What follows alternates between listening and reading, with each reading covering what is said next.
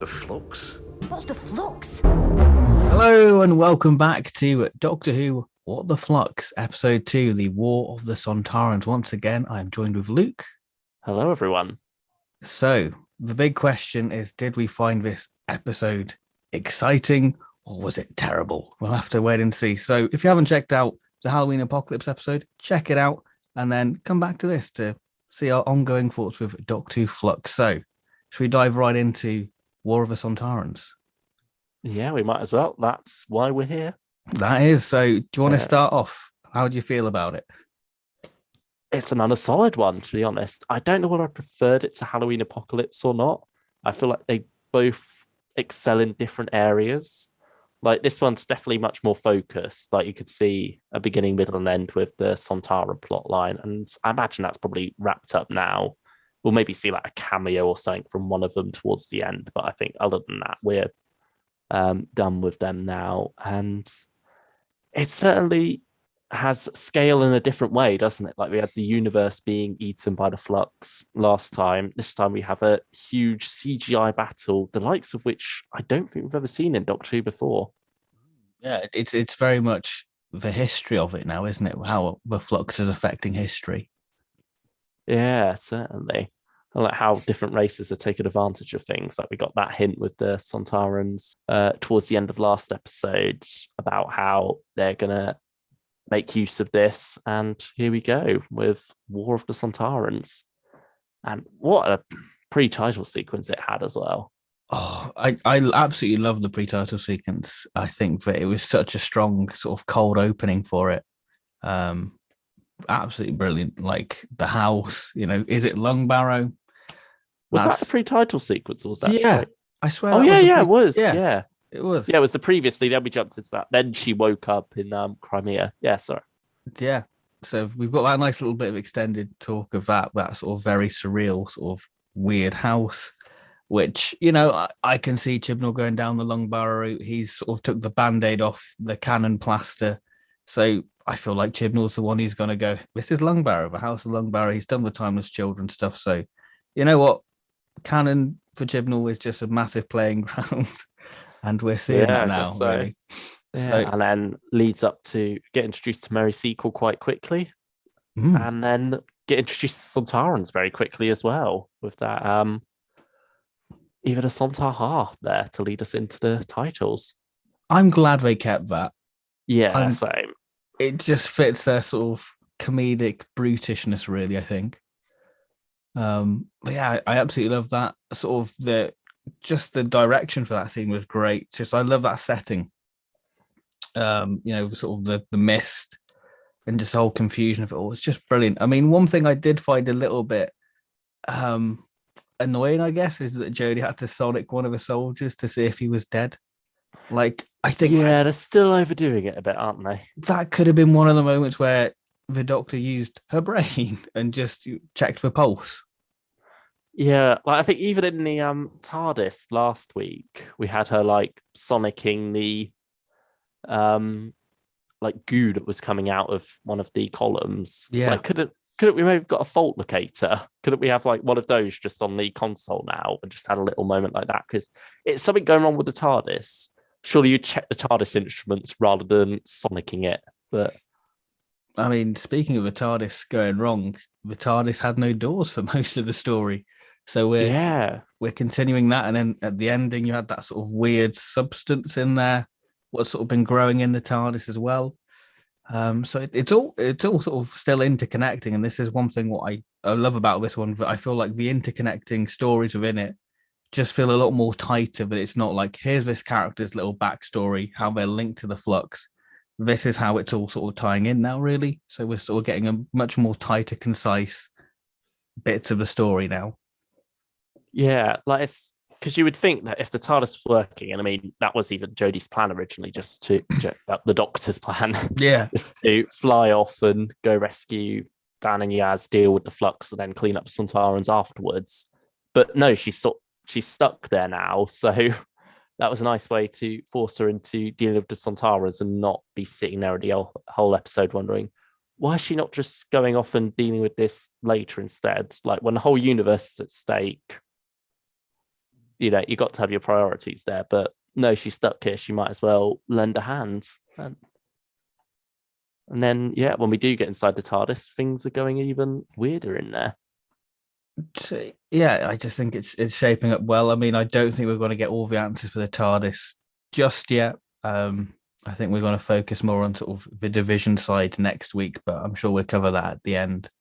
But yeah, we get Yaz and Dan going off on their own adventures. You've got Dan in modern day Liverpool, just I think 2 days after he left, or something like that, or I could be mistaken. And then you have Yaz in the temple on the planet called Time. Very original name, but yeah, very nice and simple for Chibnall, actually, for a planet name, not Ranskor Kolos. Yeah, that's very true. Nice and simple. So learned this lesson with that one, I think. The Battle of Time. That's the Battles in Time. There we go. There we go. That's throwback to the card game. That needs to be a title for Flux. Well, we've got 2 left to go, haven't we? Yeah, please. Oh yeah, that should be chapter 6. Yeah, Battles in Time. Oh dear. But yeah, we'll go on. Yeah, I liked how it was very much mirrored with Dan and the Doctor. How we both got Sontarans on both fronts. We're going back to the Sontarans time traveling again, which is sort of like something that often gets glossed over. Like they have some sort of crude time travel technology in the Time Warrior. I mean, even in the title, it's the Time Warrior. Yeah. And then, Invasion of Time as well. They're heading to Gallifrey. Even got a reference to that, didn't we? With the Doctor mentioning she's the former president. Yeah, and we had a nice little reference to Lynx as well, which was lovely. That sort of Lynx sort of spearheaded this whole little thing, and even had like the flags everywhere and like the Liverpool docks. I love that the way they utilise the Liverpool docks with that, with the Sontaran ships. I'm a big fan. Yeah, it was brilliant too, and just so much little references there with Sontarans. They're very classic feeling, but like I say, it's still Sontaran there, so it's not like they're wiping away the previous New Who variants altogether. I mean, we might as well talk about the Sontarans now, actually, while we're discussing them. One of my favourite moments within this story is the firing squad when Dan watches them kill these people. Like, for me, that was sadist. Just... No, but for me, I just thought that was such a chilling moment of going... Because Moffat created the Sontarans as, like, these comedic characters as jokes. That one scene just made the Sontarans as a genuine threat. And it just flipped them. And I think that this story reinstated the Sontarans as one of the great Who monsters, really. Yeah, and I think it doesn't forget the humour, though. It's not playing them dead straight. It's got a good balance of seriousness and humour. And we sort of mentioned that last week, how that worked well in their one scene. That's carried on here. Like, there's some brilliant humour from Chibnall here. Like and I wanted to ride a horse moment. Like, if you're picking moments in history to invade... Sontaran will just pick something that's going to please him even more, isn't it? Yeah, I mean, there was plenty of tongue action. Yeah. Take that out of context. Oh, God. Yeah. Tonguing and horses. Well, we know what that Sontaran general was doing. Jesus. When he was getting feeding. Yeah. Oh, yeah. Even the Probic vent came back in a big way as well. Like, that's probably the first time it's been used really since... Sontaran experiment. Yeah. Like they've used it as a weakness before, like Donna Noble's back of the neck, but like to actually play a larger role in the plot, that was interesting. And I think, we still had that classic funny moments of the Probic vent with Dan with the walk and obviously Jodie with the slingshot. It felt very like sort of Leela Invasion of Time with the knife. I liked that sort of stuff. It was, I guess, sort of a throwback to that, really. Yeah, that's true. And I think just overall, the design still really impresses me. Like, I love that look. It certainly fits well. It's shot well. Like you mentioned the mist earlier, I think there's so many great scenes involved in that. Like the one where the Doctor's parlaying with the commander across the mist field, and then the battle kicks off. It's all very well shot, I'd say. Oh, like the reveal of the actual Sontaran army behind the sort of general as well for that parlay. Yeah. Was just brilliant. And just seeing the Sontarans actually in a proper, well, I say fight, but it was definitely a massacre for the humans. Yeah, that's true. That was wonderfully directed and just it's a bit of a shame that we didn't get to see more of that. Really, sort I of suppose budget can only stretch so far. yeah, I guess. But from what bits we saw, like I'd have liked to seen some Sontarans sort of fly in the air from like the cannon and that sort of stuff. I Um, suppose it really is our first proper War of the Sontarans. mm, it's Like normally previous, it's yeah, normally just one Sontaran or them chasing around the Doctor and Leela in an abandoned hospital. yeah, and that's like only a spearhead force, isn't it? It's not like a full-on battle invading Gallifrey. And then even Sontaran, Stratton, and Poison Sky, they've got the numbers there. And to be Yeah, fair, you do get a good battle scene in the factory, it but for the most part, it doesn't quite compare to this. it's not really even because they've got that sort of bullet force field, haven't they? That force with Yeah. bullets aren't effect. So I'm like, that's not really Sontaran. They honor the and have the humans properly fight really, but no. Mm. Yeah, and I mean, you do see one or two Sontarans go down, I think. Yeah, I mean, one thing I did like is when the battle ended that the general just shot at a dead body just to make sure, even though the body Yeah. was dead. I was like, that's pure Sontaran. Yeah. Even get a Sontaran execution as well, of like executing another Sontaran because he's lost his honor. Sontar Ho. Yeah, that was Is an Chibnall interesting little twist. is that Sontaran slut shaming? God knows, might be. Oh, no tongue action for that Sontaran. No, Oh, doesn't even blimey. get in the back of the neck. I mean, oh damn, that's a steady on there, Bow. It was great to have Dan Starkey back. That's speaking of shamed Sontaran. I guess that fits tracks. Yeah, he Explains. does quite a few different Sontarans, doesn't he? In Mm, this, like last week as well, he played the old withered Sontaran, and it's good how like we know it's Dan Starkey, we know him well enough, but you still feel like they're different enough characters. you feel like the Dan Starkey Sontarans are just the ashamed ones because Strax. Yeah, that's true. There's Um, obviously a defect in that batch, isn't there? yeah, for Dan Starkey defect. Yeah. Sorry, Um, Dan. I mean, I love Dan Stark. He's the king of the Sontarans, especially on Big Finish. He's the voice of the Sontarans, and it was nice to have sort of another person play for Sontarans, like the general character, who surprisingly didn't have many scenes. No, I When think did he play the same another Sontaran in present day as well?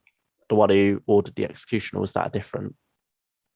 I've got a feel, is it? So I don't know if that was before the Sontarans invaded like the Crimean, because Oh yeah, it was could their that be temporal like force. before? Yeah, So I but was I'm thinking, wondering, was that meant to be the spearhead? Like that was a test run, and then the full force was going to come and invade all of history later. yeah, I think the Crimean was sort of the pilot, wasn't it, to see if it worked. So yeah, I think you're probably right with that. Yeah, yeah. So playing about with time a lot more, but in a way that's at least not too confusing. No, it's pretty simple. In the grand scheme of it works. It works quite well, and obviously the whole theme of like the flux and the TARDIS going wrong, it fits time quite well. Yeah, I suppose this is probably the closest we'll get to a Jodie Solo episode. And wasn't she marvelous? Yeah, like it feels so much more concise in this episode where it's only really four characters or five actually for the Crimea plot of the episode because you got like the Sontaran commander, the Dan Starkey Sontaran, the Doctor, Mary Seacole, and the General. And those are the major players in this story, really. There's not much beyond that other than just like extras, I suppose. Yeah, And so with that, you don't get many scenes where you feel like characters are standing around doing nothing. You don't get many scenes where it feels like a character doesn't have any purpose. Like they're all playing an interesting role in it. I feel like the general maybe was a bit awkward by the end. Like I wasn't sure how they dealt with that whole him blowing up the Sontarans really worked. Like it's very much that Christmas invasion moment, isn't it? But it doesn't really have any payoff to it. Like you could have easily just had them escape and then the Doctor would have left the same, and it wouldn't really have been that different. No, it didn't make any effect to the story other than Joe just going, "What you do that for, pal?" They were leaving. Yeah, like she had that line of sometimes I wonder if humanity's worth saving or something like that. But I don't. Maybe it's just a contrast, like the goodness and humanity of Mary Seacole. I know this is sounding really deep, but then you've got sort of the dark side of humanity, the military. Yeah, well, I, I think it could have definitely worked. Like I was comparing it to Christmas Invasion. That's a moment where it really works. But here it just feels like it does the cliff note of it and then moves on from it. or is it just more of a case of right? That's a Sontaran plot thread done, and maybe just a way of just closing it off more that that's the definitive end of the Sontaran chapter in Flux. Maybe I don't And know. also have a nice explosion. I mean, they've got to make use of the budget because they're not traveling around as much. So why not spend it on the CGI? And the CGI Yeah. was great, actually. I love the stuff in the dockyard and the sort of temporal explosion in the dockyard. One questionable bit of CGI was the sort of escape shoot of Dan and Oh, where it awkwardly like zooms in and they yeah. I don't. Yeah, it was questionable, but it also felt very much like a throwback to RTD. Hmm. Like I feel like you'd get a little moment like that in some of his like later 10th Doctor stories. You got that in Fires of Pompeii with like the little Pyrovel little escape capsule, didn't you? With Mount Yeah, Vesuvius. So yeah, I guess it did. Yeah, it suits it. yeah. I suppose it's also a bit Beast Below as well, where they're going down the shitter. Quite lit. I mean, I'm glad we saw the Dogman Calvinista go down there. Oh, and even got like the little shake at the end as well. Just Yeah. I mean, one thing I forgot to mention in Halloween Apocalypse is that he did do dog stuff. He did sniff around, which I like. yeah, No lamppost weird, but I guess there's still time for that. yeah. It's nice that he's still like sticking with Dan and keeping him safe begrudgingly. That was a lovely surprise because I thought, how are we going to get it out Dan out of that situation? I was like, it makes perfect sense that Carvin East would be there. Yeah, Um, like he's up on top as well, looking down anyway. So and I just love that dynamic of that love to hate, but I don't really like it, but I'm kind of bound to you. yeah, that's it. Yeah, Carvin East is becoming one of the highlights for me, actually. I just love him. Yeah, he's a good one. And yeah, speaking of those shots in Liverpool, we had a dodgy drone shot in Liverpool last week. This week we get a really nice one as we pan out from Dan climbing up the crane and get to see all of the ships there docked. That was very well done. Maybe it being at night helped, but yeah, I love that. Yeah, I guess it can hide a multitude of sins. So, yeah, it worked very well, actually. Yeah. I think that's everything for the Sontarans, isn't it, really? I mean, I like about the sort of playing with history that Russia and China are now Sontar. I Oh, like yeah, that was a nice twist that. on the map. That was a lovely little thing because I love it when sort of Doctor Who plays with history, and I think that this story definitely plays with history very Yeah, I well. think that's one of the good parts about Flux is that with this overarching story, you can have things in episodes that are a bit more experimental like that. Like usually, if you wanted to do a story playing around with history, that would have to be the main point of it. But here, because of the Flux, that's sort of the background, that's the overarching thing, and we get to focus on the story in the changed history this time instead, rather than the changed history being the story, if that makes sense.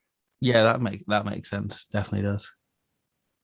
Yes, that was a good way to get a bit of fun out of the Flux overarching story while still having an episode that stands more or less on its own. Yeah, because I feel like if you take the sort of Flux stuff out of it, it does feel very traditional, classic Doctor Who. It feels like if you were to distill Doctor Who, this is what it would be with a classic monster. Yeah, like Sontarans very much fit that as well. They're like pretty quintessential monsters. Like the Doctor sums them up pretty easily. They are bred for war. War is what they are here for. Yeah, and they That's all definitely you are really going to need to get know it. about. Yeah. And you sort of got that relentlessness of after like the major battle, the generals like they're coming back at dawn for another round. So you're like, yeah, they're not going to let go of this. They want to fight. And just Yeah. seeing like a whole army of Sontarans like on a grand scale was so lovely. And you sort Yeah, of that's got fair. Mary Seacole, on watch, seeing them just there, great way to sort of show that there's bulk Sontarans and then you've got them in Liverpool as well. Yeah. One thing I will say about the Liverpool subplot is Dan feels very self-sufficient, almost too so. I mean, he's a tour guide, he's a plasterer, he's a man of many talents, is Dan. He's a Yeah, but vlogger. yeah, he certainly loves his Liverpool, doesn't he? Oh, he Like, does. he's like, oh, we can't let them do this to our docks. But yeah, this is our heritage. And He's like got to end try, up being the mayor of Liverpool by the end of the series. uh, I don't know. I feel like he almost got away with it all too easily. Like he's not phased by much when you think he probably should be phased by a bit more. Yeah, he just sort of take it in his stride, really. How Yeah, quickly. Like compare it to the end of sort of episode one, where he's like, "Oh my god, a dog man's taken me," to now where he's like potatoes and docks. Yeah, it does seem like he's quickly grown to adapt to the doctor's life. yeah. Like there's this weird thing of, oh, I'm doing this for you, Doctor. You hardly know her. And they haven't had a proper moment together, have they? The Doctor and Dan. No, not yet. Like, it would make more sense. I'm doing this for you, Yaz. Yeah, that's true. Actually, I don't. I mean, there was that nice moment at the end between them where it's like, "You coming?" Mm. And he's like, "Yeah." It's like he's been accepted as a companion quite quickly. That's nice, but yeah, like in terms of having him be separated from the Doctor, while I love that from the Doctor's point of view, we really get to see Jodie shine in the role a lot more. There's not any spare characters running around like we had a lot in series 12 and 11. It sort of does feel a bit odd for Dan to be the one going off and doing all this on his own when this is literally right after his first story. Like he's gone straight from all that stuff with Carvanista into this. So it feels, I mean, he's still a wholesome boy. I still love yeah, him. he's still great, but who knows? Maybe there'll be a twist there. Maybe there's a reason why he's taking it all in his stride so well. I mean, the next episode definitely does seem to be one of those make or break ones, but I'm sure we'll talk about that in a minute. But yeah, Yeah. it's good. And Yeah, I suppose at least, well, I mean, it's not going to stop any of the not my doctors and the sexists and racists complaining, but so when you have Dan being almost the Mary Sue, if we're going to say that, yeah, like if everything comes easily and naturally to, they can't complain because it's the white male this time. there we go. You heard it here Yeah, first. yeah, there you go. Like, Um, they'd be all on that if it was um well, Yaz or someone getting this role in their second episode. But I mean, they probably were, even though I don't remember her doing much in Ghost Monument. But yeah. I mean, we had the classic Moffat sort of joke back with, well, I say it's an adaptation of it with like, you're not going to see my photos, are you? oh, it's almost the browser history, isn't it? Yeah, you're like, oh, what photos has he been sending to die? Oh no, um, but yeah, I that think could have that, been awkward if that just came up on the Sontaran view screen. oh gosh, that would be right at the back of the neck. Um, Uh, but yeah, I think the comedy for this story actually worked really well. I think Sontaran wise, from like the wok jokes, like big fan. Like, Deadpan humor. yeah, quite literally with like the Tempari temporal. That was all good sort Oh of yeah, that stuff. was. Love that. Yeah, like I already mentioned the I wanted to ride a horse joke. it, I feel like Chibnall mastered his humor there. Like it was cringy dad humor, but you're like, I can appreciate it. It's not browser history, not the internet down joke. Yeah, it's a I little guess bit more creative. it's also worked into the story a lot more. It doesn't just feel like plot stops, comedy, back to plot. Yeah, Yeah, I guess now onto the Temple of Atropos. yes. On the planet Time, we got Vinda, and we've got Azure and the Swarm arrive, and their new henchman, the Passenger, I think. And we had Williamson for a brief bit. Yeah, which I'm still gonna be honest. I was like, why is he here? I think it sets up more mystery for me because he's in an interesting place and then suddenly disappears again after that, it seems. But it just feels a little bit weird. Like, did he make a tunnel and suddenly arrived on the planet Time? Especially when you've got Swarm and Azure, like who are basically Thanos at this point. Like, you're kind of putting him a bit in danger there. yeah, that's what it. I'm intrigued as to where that's going to go, to be honest. I think it's hard to say much about that yet without knowing the context behind it. I think it was a nice little mystery and a nice way to carry a thread on from episode 1. I think he's got to be episode 5 probably.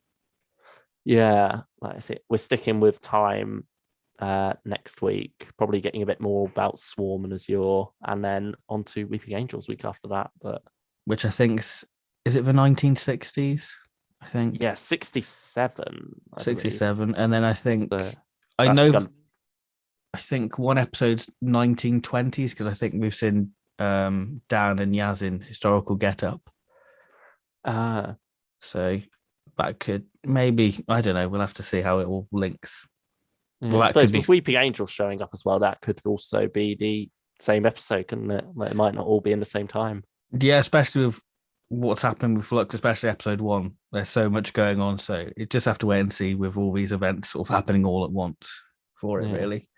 Yeah, I think as for the temple stuff on the planet Time, you weren't as big a fan of that stuff as I was. No, for me it was sort of the weak link because I'm really loving the Sontaran stuff, seeing Jodie shine because I think Jodie just nails that sort of confrontation with older monsters, and just I feel like Jodie's just nailing it in every moment. I'm just going to take a moment to simp over Jodie at this point because I think she was just superb in this. She's really built her A game within it. Just yeah, it just felt very doctory, that sort of stern authority with the general and just the bond between Mary Seacole. Lovely stuff. But yeah, the temple stuff, simping over, was sort of the weak link for me, really. Because it just, yeah, the way it was introduced with Vinda, seeing him arrive, you kind of like, oh, I want the Sontarans. And yeah, Sontaran stuff was great and having Yaz there. But yeah, it just felt very like, oh, we've got to introduce this ready for episode 3, really. And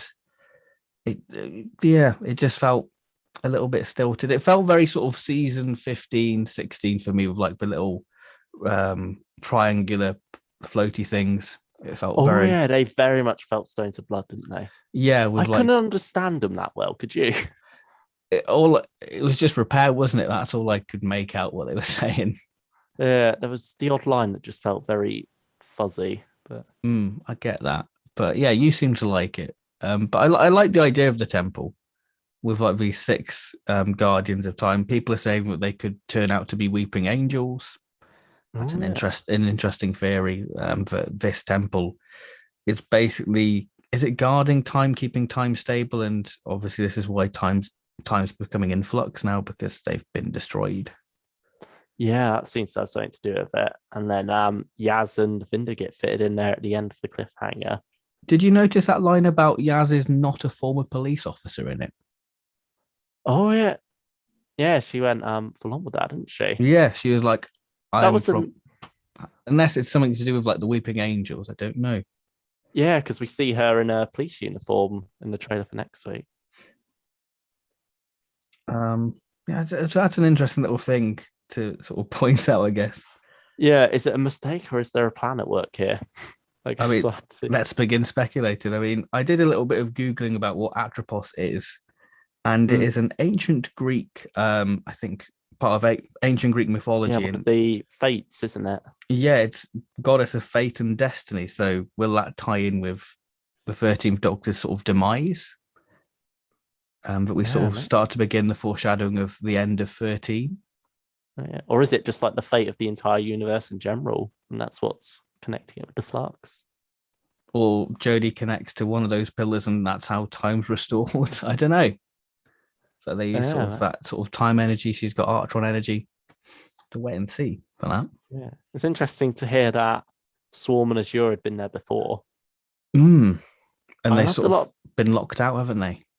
Yeah, I loved a lot of their dialogue as well, but how about them being about Vinda and Yaz being such linear beings. Like the idea that maybe they see their own future and live their lives a bit out of order or something. Or maybe they've encountered, I mean, I guess next week could explore this, but they've met, but they just don't remember. I don't know. Yeah, could be. We'll just have to wait and see. But yeah, the Swarm and Azure, still one of the highlights, I think, that Chibnall's nailing them. They still have that sort of creepy, scary factor to them. A good double act as well. I love the Yes. line from Swarm where it's just that those names are like a rough translation, at least. Yeah. That's what adds a bit more mystery to them. Yeah. I'm loving them. I'm loving them. They then genuinely have like a great sort of fear factor and a great presence within there. And yeah, it's just great to have like a great original Chibnall villain, really. I think this is the first major Chibnall monster where you're like, oh, that's really, well, villain. You're like, that's really creepy. Yeah, they're miles above Jack Robertson, aren't they? Definitely. Yeah, but they're so entertaining to watch. They're so intriguing. They've got that scare factor as well. I think everything seems to be working for them for me so far. Are we enjoying them because there's a mystery behind them or just because they're actually scary? I don't know. It's interesting whether we're just Yeah, enjoying that mystery of them. yeah. It'd be interesting to like, evaluate by the time we reach the end and get all the answers. Look forward to a tier list How? of that. Yeah, Yeah, it's all good. yeah. Certainly, they are a highlight of Flux as a whole at the moment for me. Have And I you think got? Vinder as well continued to be strong. He wasn't quite as strong as he was in last week's episode, but I still like where they're going with him at the moment. And we got that interesting tease where he says his home planet, but he doesn't say what home planet that would be. I mean, most likely he's part of the division. Because Yeah, that people seems. have pointed out that it's the sort of same color scheme as a division with sort of that orange look, like the guns and all that. So yeah, or he could be the Rani or Romana. Master again. Mastering, yeah. Dan could be the master. Yeah. TCE'd his own house. 'Cause Who knows? nice how they kept that and sort of used that as a way to get his parents involved. Yeah, it was nice to have his parents in introducing like a non-conventional way. Yeah. That was lovely. Again, they didn't seem phased by things. No, it didn't. But Yeah. it's good I, double act I think between that's those two. yeah. I think it's just to accept that that's part of Chibnall's style, really. Yeah, I mean, unless there is a wider scheme for it, we'll just have to wait and Yeah. see. We'll see. But yeah, Vinder, from what bits he had, I enjoyed. There's still a nice little bit of mystery, great bit of chemistry with him and Yaz just trying to work out the repair sort of thing. But yeah, not too much to say on Vinder. I think next week we'll probably have a bit more to say about him, really. Yeah, looks like we might even be getting some backstory there. Oh, we did find out he's disgraced as well. A lot of that going about this episode. Yeah, Sontarans, now Vinder. Yeah, and then we get a cliffhanger at the end, don't we? Another one, but a much more focused one this time. Yeah, it's good to have a change of cliffhanger to see sort of Yaz in peril. Because it was fairly Yaz light, really, this episode, I'd say. Yeah, she certainly got like the least to do out of the main trio. Yeah, like you got the what would the doctor do written on her hand. Like, I think that was maybe hyped up a bit more than it should have been, but it almost looked like the shortening of an episode title, like an abbreviation of the of an episode title, didn't it, on her hand? Yeah, that confused me because like when did she write that? Yeah, or like was it meant to be a tease for like somehow writing's turning up on her hands? But no, it's just her reminding herself of something that you'd think is fairly obvious. Maybe it's her tattoo. Yeah, I was just going to say, do you think she got it tattooed? Uh, And whenever life gets a bit tricky, she just looks at her hand and goes, right, what would the doctor do? Well, what would Terrence Dix do? yeah, you never know. Never know. But yeah, good, solid sort of classic cliffhanger. I like the design, how they sort of had like the Maury makeup, was it? Or something like that. I probably Oh yeah, they butchered have like that. the almost hieroglyphics across their face, isn't it? Yeah, good makeup job. And we know they're going to survive, because it's part two of 6. And Yeah, we saw them in the trailer. So should we talk about the trailer for next week's episode and then do a yeah, rating for this? yeah, go for it. Um, yeah, the next episode raises a lot of questions. I feel like it's gonna be a make or break episode. I think that this is either you're gonna be on board with Flux and where they're gonna go the division because we see the Doctor fall through like a portal, much like in the Timeless Child, that sort of purpley vortex sort of thing. You see the division guns back as well. We see them as division agents with the guns, with the Doctor, Dan, Vinder, and Yaz. Yeah. So is it going to be like the Irish sort of thing what we had in Ascension of the Cybermen, where we sort of see them sort of merging into that? I don't know. We'll have to see. What did you think of it? I think it looks pretty exciting and certainly a bit more experimental than we usually get with the Chibnall era, like being set on a planet called Time. We now understand the title Once Upon Time, but I think that's quite clever now looking back. So yeah, I'm excited to see what this does. Cybermen in there as well, and that little Weeping Angel tease at the end. Well, we know for definite that episode 4 is the main Weeping Angel episode, like Village of the Angels. It's going to be interesting to see how the Cybermen tie into it.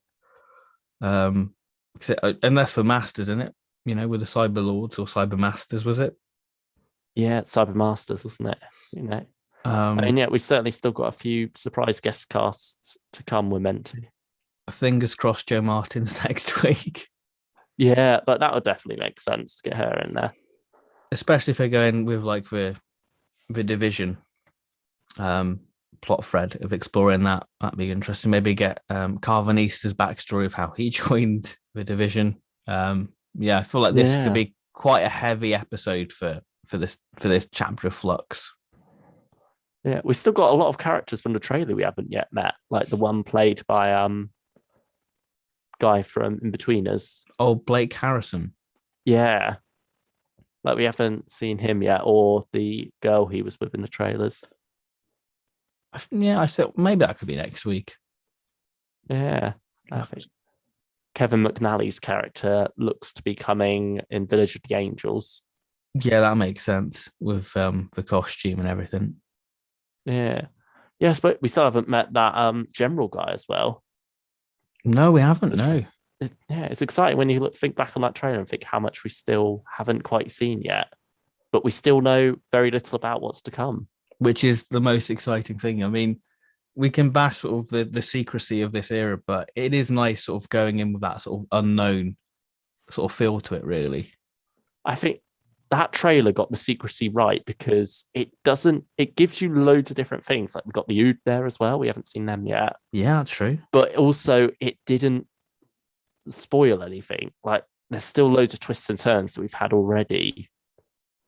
So it's not like it's giving away everything. It's just teasing you enough, as opposed to the first trailer, which gave you nothing to even grab onto and get excited about. Yeah, like most movie trailers, you know what's happening in a film before you've even seen the actual film. Whereas this, there's still a lot of questions and still a lot of mystery to be explored and characters to meet. We're 2 chapters in now, so things are starting to ramp up now, really. We've just barely scratched the surface of it, and we've still got to explore the Flux itself, because the Flux was sort of left on the back burner for this one, really. Yeah, although we seem to get some hints at what could be causing it at least. So yeah, look forward to seeing where that goes. Hopefully see a bit more of the Flux's destruction reigning, because it's satisfying to watch, isn't it? It's well CGI'd. You sadist. Yep. We're both sadists. There we are. There we go. You like seeing executions. I like seeing planets burn. I think you win that because you've got a bigger scale. True. But I don't get the nitty-gritty details. I mean, it's left to your imagination, that scene. I mean, mine could be uninhabited planets. Don't try and have a moral compass in this. Oh, dear. Right, so War of the Sontarans, shall we rate it? 8 out of 10 from me again. I think that's what I gave Halloween Apocalypse last week. What about you? Oh, I'm really torn because I really had a good time with this. I just loved it. Was every moment I was like, yeah, this is great. This is perfect Doctor Who for me. I'm thinking, do I go 9 or 8.5? I'll go Up eight to point. you. I'll go 8.5 for now because Uh, this is more like gut reaction. And then yeah, we're getting on this one a bit quicker now. We yeah, haven't had we're time to rewatch it, unlike last week's. we're on it today. Yeah, But yeah, for now I'll give it a 8.5. I had a good time with it. Merry sequel, great to have a nice little mini history lesson and to see that sort of with an alien spin that she looked after not only the British soldiers but Russian or Sontaran soldiers in this case was a nice little surprise. That yeah. So for now I'll go 8.5. Obviously rewatch could go up, could go down. But yeah, I'm sure we'll find out where it goes on the tier list. But for now, 8.5 for me. So we're different this week. yeah. See if that continues or we're on the same page for chapter 3. Once upon time. Which is on a bit later, isn't it? I think 6:30, isn't it? That one. Yeah, which is still pretty early for Doctor Who. Yeah, I mean this episode was an hour long, which was nice actually. Nice to have a bit of a longer episode, and I think that the story benefited from it really. Yeah, that's true. It didn't feel like it dragged, No, it didn't. but I do get that feeling sometimes with certain Chibnall era episodes, but so far with Flux, none of that. It's looking promising. Hopefully, we're not going to jinx it by saying that. But yeah, we're still on board with Doctor Who Flux, and I think that's a good way to leave this episode. So we'll see you next week for chapter 3. Please do comment down your thoughts to know what you made of War of the Sontarans. Was it a classic? How does it compare to other Sontaran stories? So yeah, Are you enjoying Flux as much as us, or are we the only ones on this hype train? yeah. Hopefully there's other people on the train so we can have a good conversation about it and not have negative Nancy's. Yeah, each to your own, really. But yeah, this Doctor Who Flux definitely speaks for us too. We're definitely vibing with it, as James would say. Yeah. So thank you, everyone, and we'll see you next time for chapter 3, or Big Finish fans in between then, which is exciting. For who knows what we'll be talking about. Yeah, we'll leave that as a bit of a mystery. So we'll see you then, and take care.